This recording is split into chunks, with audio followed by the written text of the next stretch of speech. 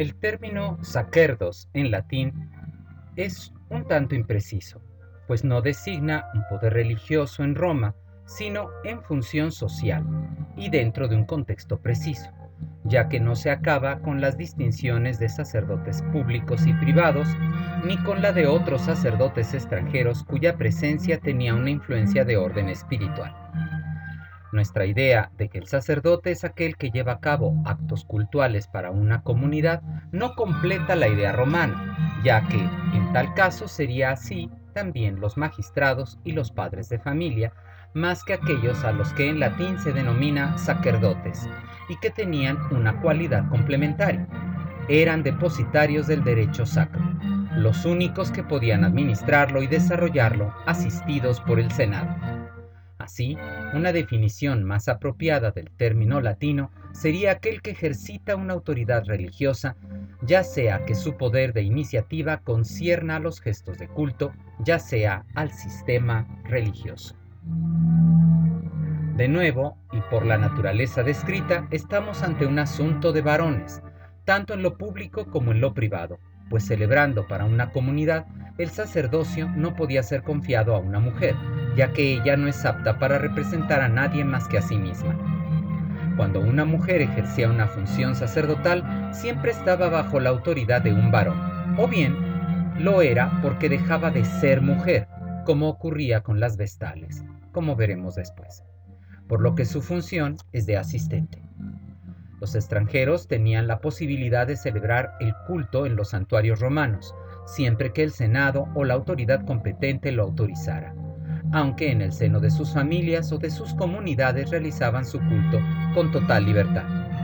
El esclavo se beneficiaba tanto del estatus femenino como de su condición de extranjero, puesto que ayudaba a su amo en el ejercicio de sus poderes sacerdotales y podía encargarse del culto por delegación del mismo.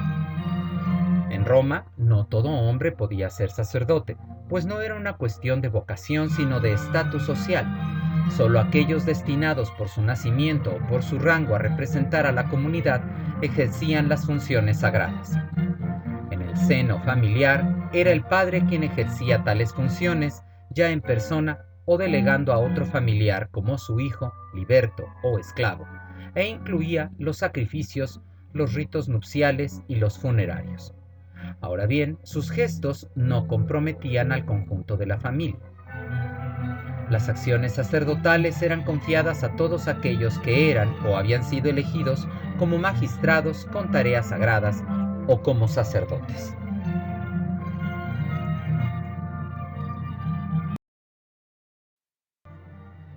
La tarea sacerdotal comprometía al magistrado con complejas liturgias en tiempo y medio. Por ejemplo, sacrificar significaba escoger las víctimas, formar un equipo de ayudantes sacrificatorios, pedir la asistencia de un colega, eventualmente de un sacerdote, y a continuación pasar el día en el lugar del sacrificio. Y todo ello sin contar con los gestos y palabras de autoridad, desde la inmolación de la víctima hasta la auscultación de las entrañas y la ofrenda de las vísceras a los dioses, y de la recogida parte que se reservaría a los hombres. Lo más seguro es que después dispusiera el banquete del sacrificio o de la distribución que lo sustituía. En las grandes fiestas como los juegos, los sacrificios se multiplicaban y ello complicaba más la vida del sacerdote, y esto sin contar con otras actividades como la dedicación de templos. La segunda gran tarea sacerdotal eran los auspicios. Interrogar a los dioses, particularmente a Júpiter, sobre la oportunidad de llevar a cabo tal o cual acto.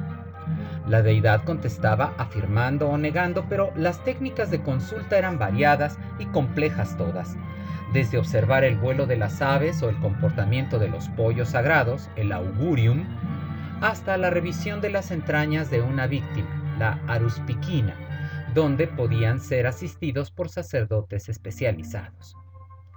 En cuanto a la función legislativa religiosa, eran los cónsules quienes presentaban ante el Senado las iniciativas de reforma sacerdotal que presentaban los magistrados correspondientes. El Senado, conformado por ex magistrados, poseía ciertas funciones religiosas y aconsejaban, controlaban y ayudaban a los magistrados a tomar decisiones y a realizar deberes del culto.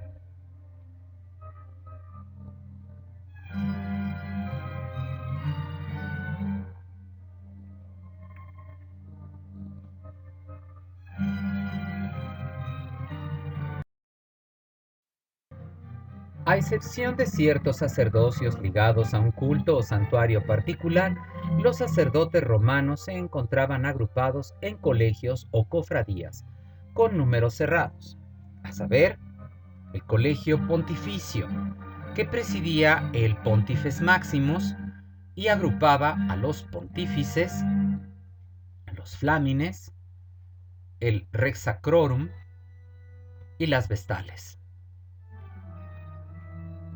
El colegio de los augures, el de los decemviros, luego de los quindecemvires, que consultaban los libros sibilinos, y el de los septemvires, que se encargaban de los banquetes sagrados.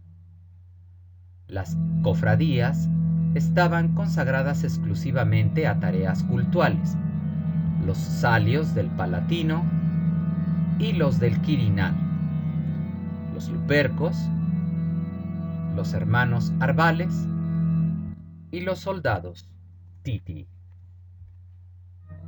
Si bien luego en el imperio dichas cofradías aumentaron con la divinización de los príncipes. Los actos religiosos ligados al gobierno, como los votos, los sacrificios o las consultas de augurios, eran patrimonio de los magistrados, pero los pontífices, los flamines y los augures celebraban los ritos del calendario religioso arcaico, perpetuando un ceremonial que no competía a los magistrados republicanos. Con el tiempo se aumentaron las prerrogativas de los 4 colegios sacerdotales y se convirtieron en los únicos depositarios del derecho sacro, aunque sus decisiones no tenían poder de ejecución, salvo si su ius lo permitía de antemano. Empero, administraban y comunicaban el derecho sacro a los magistrados y a su consejo, el Senado. Determinados sacerdotes, como los flamines, también encarnaban a la divinidad que asistía al sacrificio o a la toma de augurios, prerrogativa que no poseía el magistrado más que en ocasiones muy particulares que competían a la nación, como el triunfo militar. No compete a esta materia abundar demasiado en las funciones y prerrogativas del sacerdocio romano, pero baste con señalar que constituyó con el tiempo un polo muy conservador que resistió los cambios sociales, ya que, por ejemplo, no admitieron no patricios antes del año 300 a.C., y dicho triunfo no alejó demasiado a la clase alta, pues, como veremos, en las elecciones de pontífices se debe llevar a cabo entre 3 candidatos preseleccionados por el mismo colegio que seguían las antiguas tradiciones de origen aristocrático como provenientes de las funciones sacras de los reyes del pasado. Luego, en los tiempos imperiales, esta prerrogativa de elección la tendría el emperador y mantendría en el mismo círculo de poder a sus elegidos. Con todo, los magistrados del pueblo podían acumular en su persona las funciones sacerdotales también, y resulta muy difícil diferenciarlos con el tiempo, aun cuando, en el caso de los subalternos, sus iniciativas religiosas estaban bajo las disposiciones del princeps. Los sacerdotes romanos nunca formaron un clero organizado, no se apoyaban entre sí ni conformaron una política religiosa común. Su número reducido, 300 o 400 personas, hace igualmente ridícula tal idea. Las disputas entre colegios o entre sacerdotes y magistrados normalmente competían al ámbito de reglas culturales y no a pretensiones de ejercer poder sobre lo que llamaríamos hoy un poder laico, ni tampoco las había viceversa, del poder ejecutivo al clerical, pues en Roma no hay un poder religioso separado de la vida pública. Los sacerdotes romanos no conocieron ni una constitución política ni un código religioso sistemático y completo. Tampoco, y a pesar de la herencia que dio al cristianismo, tuvieron el comportamiento ritual de los sacerdotes de este culto.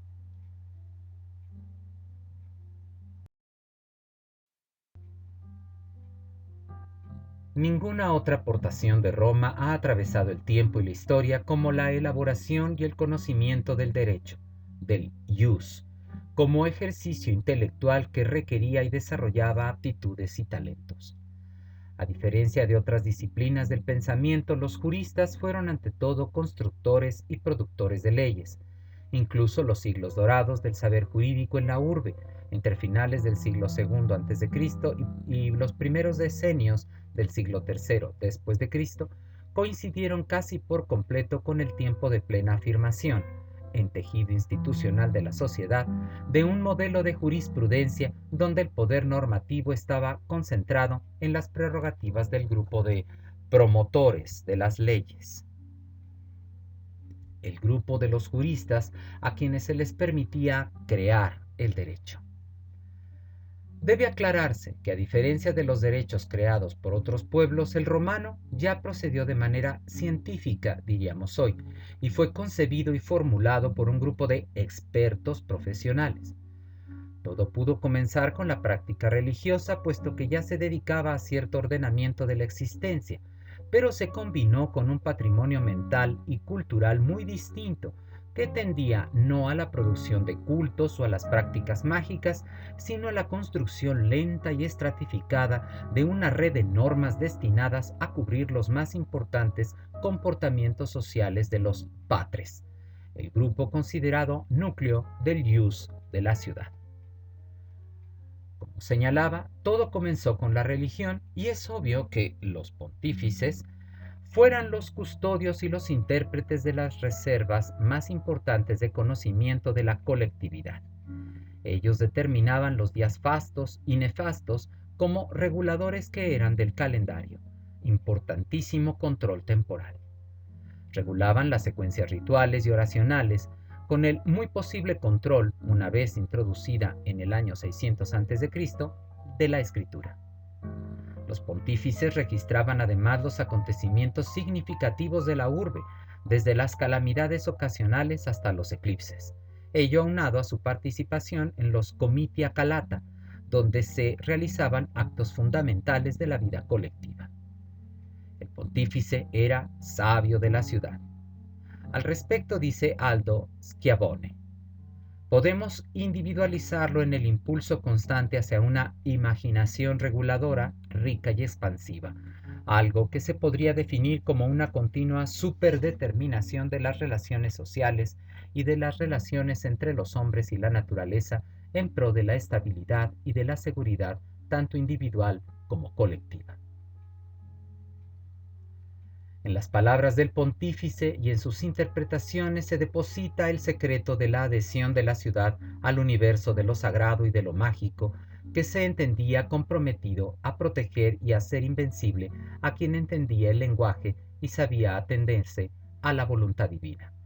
Es por ello que entre sus funciones se hallaba la de regular las relaciones entre los grupos familiares de la comunidad.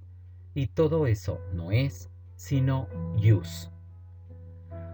La liga con la religión nos permite suponer que el sentido prístino de este ius no era otro que las costumbres, mores, antiguas tradiciones de comportamiento preservadas de forma oral y costumbrista dentro de las relaciones de parentesco gentilicias. Pero, ¿cuál era la conducta verbal y gestual que había que seguir para que las acciones individuales resulten idóneas con respecto a los otros, ya sean los jefes de familia vecinas, ya sean los mismos dioses, para así vivir en armonía? La solución fue precisamente una respuesta o respondum. Eran los padres de familia quienes cuestionaban a los pontífices y sus respuestas nos dejan en claro que los pronunciamientos pontificiales eran los mecanismos de la patrilinealidad, de la pertenencia de la tierra, de la reciprocidad y del intercambio, tanto matrimonial como de bienes, vínculos de las relaciones entre varones, e incluían acciones claras como la elaboración de testamentos para legar dichos bienes, cómo alinear o adquirir un res in manicipio, cómo explorar la tierra, cómo explotarla, cómo regular las consecuencias patrimoniales y potestativas de las relaciones de parentesco con ocasión de un fallecimiento o una boda, y un largo etcétera. En todo ello reconocemos ese responder a necesidades inmediatas y concretas que no son sino necesidades de las comunidades humanas.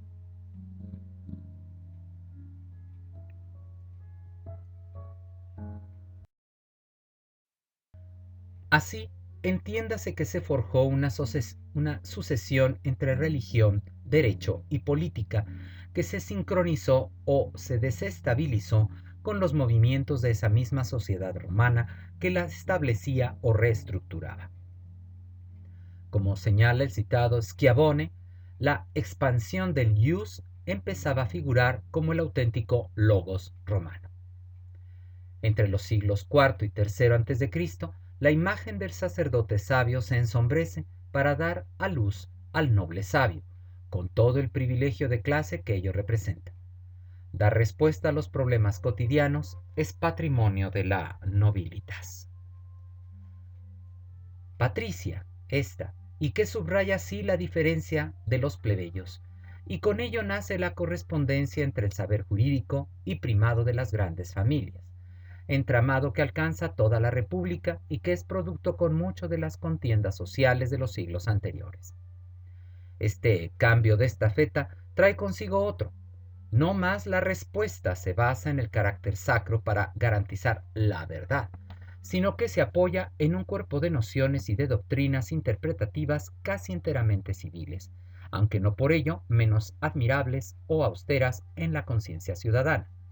Esto porque la base no cambia. Su dominio era siempre un patrimonio exclusivo de un grupo restringido de hombres poderosos, si bien no necesariamente ligados a una tarea sacerdotal. Son patriarcas, que no juristas aún, pues todavía no poseen un sentido propio y especializado, sino una educación aristócrata que comprendía que en su seno se admitían aún otros saberes y otras funciones. Al respecto, cabe apuntar que todavía en el siglo III a.C. se trata de una tradición oral casi exclusiva que se enraiza con fuerza en las particularidades culturales y sociales de la más antigua historia ciudadana. Es una suerte de sabiduría de las palabras y de los signos que se mantenía en modelos formulares y conservaba esquemas arcaicos en la interpretación de las costumbres y de las leyes. El problema era que dicho quehacer oral y casuístico no podía investigar y regular estructuras complejas, por lo que ese ius civile no fue suficiente, y cuando la urbe se encaminó hacia el orden imperial, el centro de la innovación jurídica osciló hacia un magistrado del viejo orden republicano, el pretor, que con las prescripciones procesales de su edicto anual parecía en condiciones de hacerse un intérprete menos vinculado y más veloz. La acción del pretor se concretó en la reformulación de parámetros conceptuales, de un derecho racional y más abstracto, en términos de una auténtica ontología jurídica.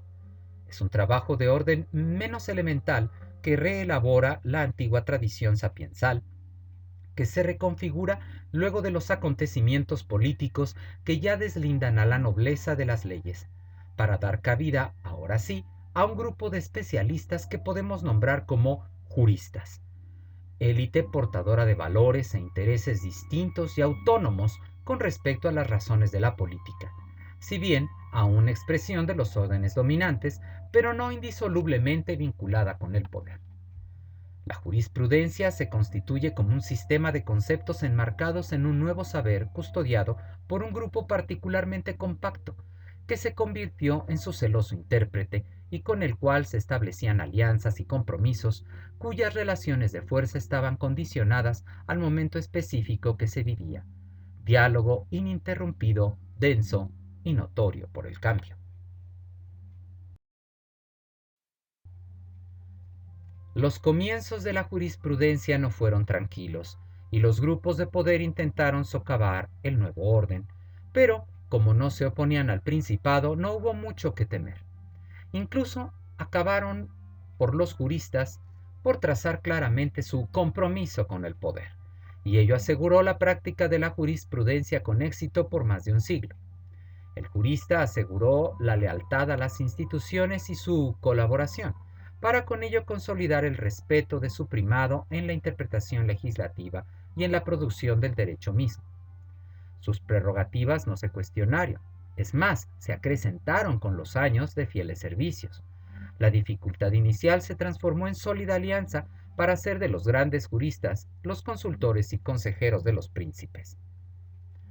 No por ello imaginemos un dulce matrimonio entre poder y legislación. Los juristas discutían con el emperador y, más importante, lo hacían entre ellos mismos, estableciendo ritmos y espacios de un coloquio denso y encarnizado que trasciende el momento y alcanza un entramado en el tiempo, al arguir sobre una ley ya determinada con anterioridad. Liga de pensamientos que propone hipótesis, soluciones o nuevas formulaciones de figuras y disciplinas. La jurisprudencia romana distingue, dentro de su propio quehacer, dos orientaciones, como mínimo. La primera, la sabiniana, por el nombre del jurista Sabino de tiempos de Tiberio, y se relaciona con una tendencia genéricamente empirista que no renunciaba a tonos y argumentaciones escépticas en el enjuiciamiento de la realidad y en la valoración de los acontecimientos jurídicos. La segunda, la proculiana, también por el nombre de Próculo, un jurista del siglo I después de Cristo, se muestra más abierta a un racionalismo no dogmático, cautamente confiado en el primado de los conceptos y de las categorías en relación con los datos y con los materiales de la experiencia social.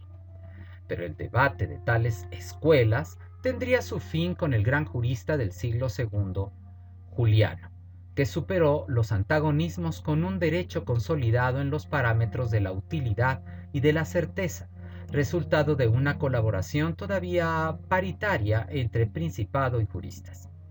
Esta nueva configuración absorberá el trabajo de los juristas posteriores, permitiendo que el principado respete la autonomía jurídica. Para tiempos de los severos, los juristas son ya grandes funcionarios de la administración imperial, intelectuales y burócratas llamados a gestionar un poder de orden más mundial, acechado por las contradicciones y por las amenazas. Hablamos de una nueva forma estatal de política y de gobierno que ya imprime su propio sello. Esta cancillería jurídica obtiene el primado en la producción del derecho a través de las constituciones, señala Schiavone. Elaboraron, a través de los grandes géneros literarios, un modelo totalmente inédito de ordenamiento, en el cual, por supuesto, ya no había espacio para la vieja autonomía normativa de la jurisprudencia, pero donde el poder ya ilimitado del príncipe soberano podía suavizarse y, en cierta medida, mitigarse en el proyecto de un derecho natural, ecuménico, delicado y riguroso a la vez. De tal suerte, en estos tiempos tardoimperiales se yergue incombatible la figura de Domicio Ulpiano, que supera con mucho a su rival y coetáneo Julio Paulo como jurista y gran funcionario, con su vasta obra, y que conocemos bien por el uso que de ella hará Justiniano. Ulpiano logró influenciar en definitiva el pensamiento romano. Su voz resuena como la del legislador severiano que delineaba los términos de la jurisprudencia y los sancionaba, cristalizando el final de toda una tradición. El éxito de esta jurisprudencia se mantuvo a pesar de los cambios, en ocasiones brutales, que tendrá Roma, y logrará identificarse prácticamente bajo muchas banderas con el destino de todo el derecho racional.